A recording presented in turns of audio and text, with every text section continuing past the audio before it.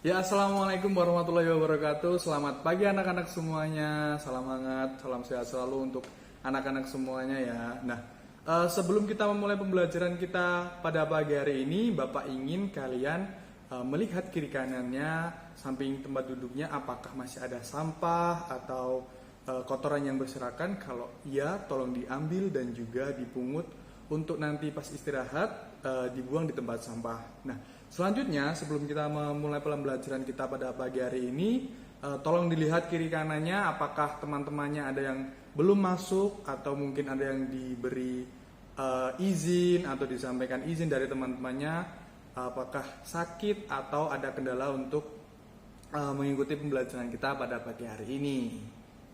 Bapak lihat semuanya sudah penuh semuanya dan juga tidak ada yang kosong ya, berarti untuk pembelajaran kita pada pagi hari ini dapat berjalan dengan baik dan juga maksimal. Oke, nah sebelumnya tentu saja karena kita adalah salah satu masyarakat yang beriman, mari kita berdoa terlebih dahulu untuk memulai pembelajaran kita pada pagi hari ini. Tolong untuk Mas Rudi, silahkan untuk memimpin doanya. Silahkan Mas Rudi. Ya, terima kasih untuk Mas Rudi ya. Oke, nah anak-anakku semuanya yang sehat selalu, yang pintar selalu, dan juga masa depan untuk bangsa Indonesia, kita harus tetap semangat untuk mengikuti pembelajaran kita walaupun kita mengikuti dalam situasi yang sehabis corona dan juga dengan metode yang blended learning ini anak-anak. Nah, di sini apakah sudah ada yang membaca PPT yang sudah Bapak kirimkan tadi malam di grup? Kita akan membahas tentang apa? Ya, silahkan Mbak Dwi. Ya, benar sekali. Hari ini kita akan membahas mengenai teks hasil observasi. Nah, sebelumnya Bapak ingin sedikit memberikan callback atau mengingat kembali pembelajaran kita pada minggu lalu mengenai teks deskripsi. Nah, teks deskripsi dengan teks hasil laporan hasil observasi ini memiliki sedikit kesamaan. Nah, di sini apakah ada yang tahu apa kesamaan itu? Ya, silahkan Mas Rudi. Ya, benar sekali. Mungkin ada yang ingin menambahkan? Mas Anwar, silahkan Mas Anwar. Wah, baik sekali ya. Tepuk tangan untuk teman-teman kalian yang sudah aktif ini. Wah, pagi-pagi sudah semangat selalu ya. Ini pasti sudah sarapan semuanya. Oke, baik, selanjutnya kita akan masuk mengenai kompetensi dasar yang akan kita pelajari. Nah, teks hasil observasi ini atau LHO memiliki kompetensi dasar mencakup 3.1, meliputi mengidentifikasi teks laporan hasil observasi yang dipresentasikan dengan lisan dan tulis. Lalu yang selanjutnya adalah menginterpretasi isi teks laporan hasil observasi berdasarkan interpretasi baik secara lisan maupun tulis. Baik, seperti itu anak-anak. Nah, selanjutnya adalah tujuan dan manfaat pembelajaran. Nah, di sini ada 4 poin tujuan dan manfaat pembelajaran. Kita mempelajari mengenai teks LHO. Yang pertama, siswa dapat menentukan struktur teks LHO atau laporan observasi. Yang selanjutnya, yang poin kedua, siswa dapat menentukan ciri-ciri kebahasaan teks laporan hasil observasi. Poin ketiga, siswa dapat menjelaskan isi bagian-bagian teks laporan hasil observasi atau LHO. Yang keempat adalah siswa dapat menyusun teks laporan hasil observasi. Oke. Nah, yang selanjutnya Bapak akan memaparkan sedikit skema pembelajaran kita pada materi LHO ini. Yang pertama adalah penjelasan inti. Nah, nanti akan Bapak paparkan mengenai materi LHO itu apa aja, pengertiannya itu seperti apa saja, dan juga macam-macam ragam strukturnya. Nah, selanjutnya adalah kita akan menjalani kuis atau pendalaman materi.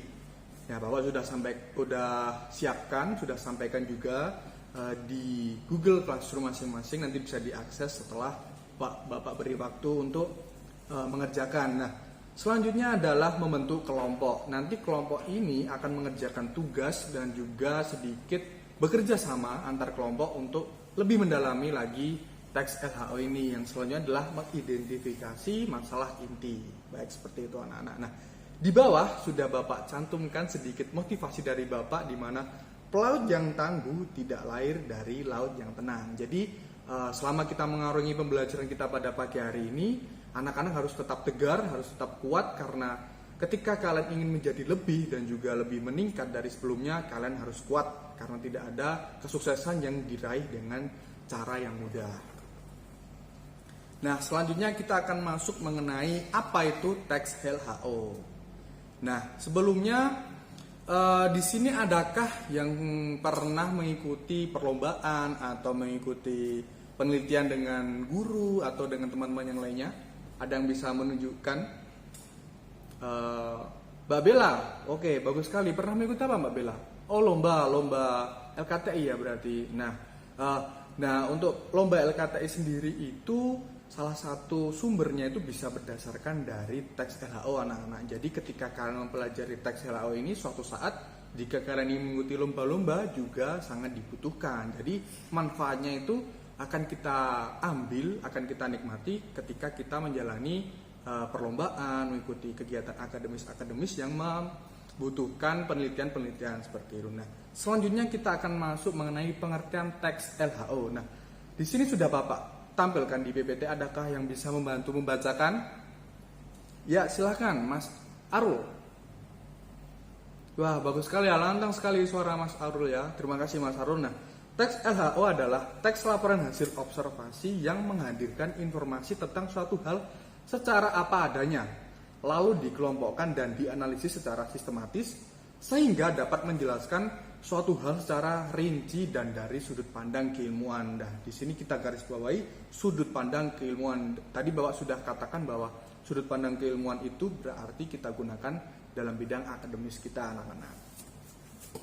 Baik, nah selanjutnya kita belajar mengenai struktur dari teks LHO yang baik. Nah, di sini apakah ada yang tahu struktur teks LHO yang baik itu seperti apa? Bisa bantu Bapak untuk menyebutkannya? Ada 3, Bapak sudah kasih spoiler atau sedikit kisi-kisinya. Silakan, Mas Danar, bagus sekali.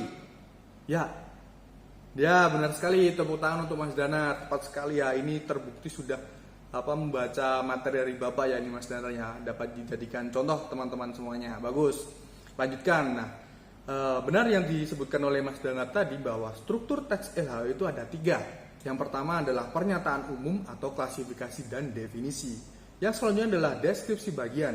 Nah, biasanya terdapat 2-3 alinea mengenai deskripsi umum atau deskripsi bagian ini. Yang pertama berisi definisi umum, lalu definisi atau deskripsi manfaat, yang selanjutnya adalah definisi atau deskripsi bagian. Yang selanjutnya adalah simpulan. Nah, simpulan ini tentunya berada paling belakang karena menyimpulkan atau mengkonklusikan semua yang sudah ditulis di paragraf-paragraf sebelumnya. Baik, selanjutnya adalah tujuan dari teks LHO. Nah, tujuan dari teks LHO atau laporan hasil observasi adalah untuk memberikan informasi tentang suatu objek atau situasi setelah diadakannya investigasi atau penelitian secara sistematis dengan memperinci, mengklasifikasi, dan memberi informasi faktual tentang orang, hewan, objek, dan juga fenomena. Nah, tadi Mbak Bella kan sudah pernah mengikuti lomba LKTI. Nah, tadi berarti sudah pernah melakukan investigasi atau penelitian mengenai hal yang diteliti saat mengikuti LKTI tersebut. Kalau boleh tahu apa yang dicantumkan dalam LKTI itu Mbak Bella? Oh ya, bagus sekali ya, bagus sekali, sangat bermanfaat. Oke, langsung saja Bapak lanjutkan ke materi selanjutnya, yaitu mengenai kaidah kebahasaan dari teks LHO. Nah, kaidah kebahasaan dari teks LHO itu ada 4. Nah, yang pertama adalah banyak menggunakan kata benda atau peristiwa umum sebagai objek utama pemaparannya. Yang kedua adalah menggunakan kopula. Anak-anak tahu apa itu kopula? Ya, benar sekali. Kopula adalah kata kerja definisi yang biasanya adalah berupa adalah, merupakan, yaitu, dan sebagainya.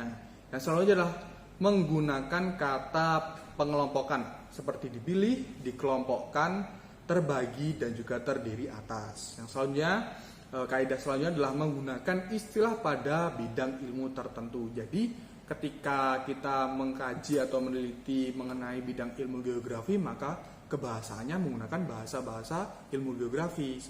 Sebaliknya jika menggunakan bahasa Indonesia merupakan menggunakan kaidah-kaidah bahasa Indonesia seperti itu. Nah, selanjutnya adalah waktunya kita untuk mengerjakan kuis. Nah, tadi sudah Bapak sampaikan atau sudah jelaskan bahwa Bapak sudah siapkan link kuis dan juga beberapa pertanyaan di Google Classroom masing-masing.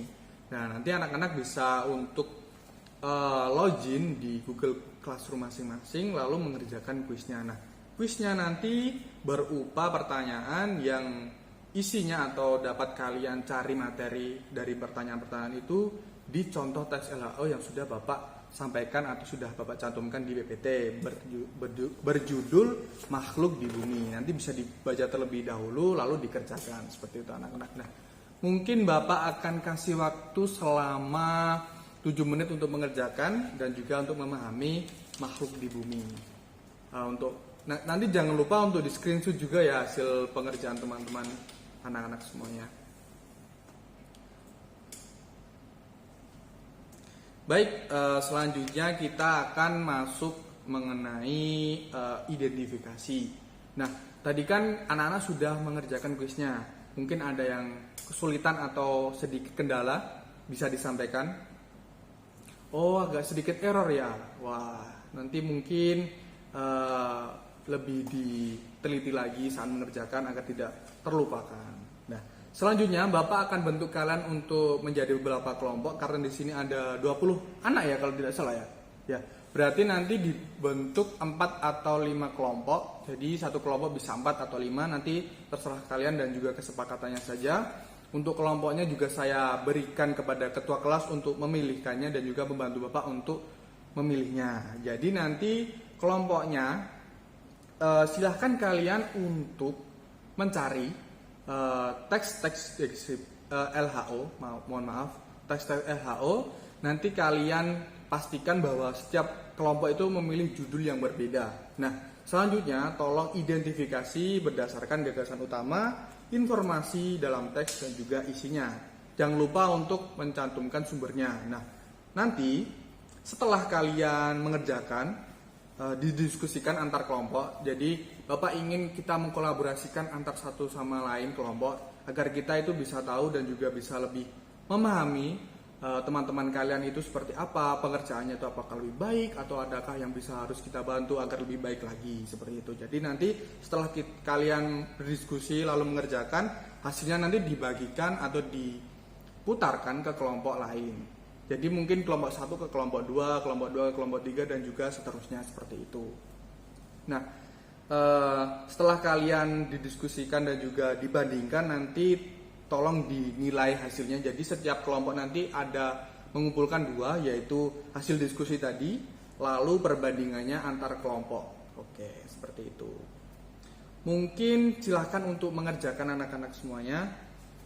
Oke. Ya, karena kita sudah memasuki penghujung pembelajaran, ada baiknya mungkin Bapak berhentikan atau kita cukupkan pembelajaran kita pada siang hari ini karena kita akan memasuki pembelajaran selanjutnya. Nah, nanti Bapak berikan juga tugas individu. Nanti setiap anak akan Bapak berikan tugas individu berupa 4 soal. Nah, 4 soal nanti akan kalian gunakan atau kalian kerjakan yang merupakan penilaian secara individu. Jadi penilaian individunya nanti akan ada 2. Yang pertama tadi ketika kalian mengerjakan kuis di Google Classroom, lalu juga ada tugas individu berupa 4 soal nanti. Nah, berarti untuk pertemuan selanjutnya kita akan membahas mengenai tugas-tugas yang sudah kalian kerjakan terlebih dahulu. Nah, untuk selanjutnya Bapak juga akan memberikan sedikit sedikit kuesioner, sedikit masukan untuk pembelajaran kita pada pagi hari ini. Apakah metode yang kita terapkan pagi hari ini sudah bagus? Karena kita kan tergolong mengikuti dan juga menggunakan metode baru seperti menggunakan Google Classroom, menggunakan teknik yang lainnya. Nah, nanti Bapak minta kalian untuk mengisi kuesioner apakah pembelajaran kita itu sudah cukup efektif atau seru atau mungkin ada kendala. Jadi untuk kita evaluasi dan juga perbaikan kita untuk pembelajaran kita selanjutnya. Nah, selanjutnya mungkin sebelum kita mengakhiri, ada baiknya kita untuk sedikit merecall atau sedikit mengulas kembali apa sih yang sudah kita pelajari pada pagi hari ini.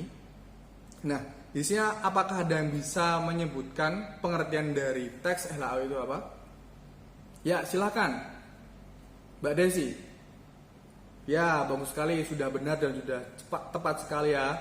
Oke, tepuk tangan untuk Mbak Desi. Berarti sudah mendengarkan dan juga menyimak dengan saksama. Nah, selanjutnya adakah yang tahu mengenai tujuan dan juga struktur dari teks LAO? Kita mulai dari tujuan dulu.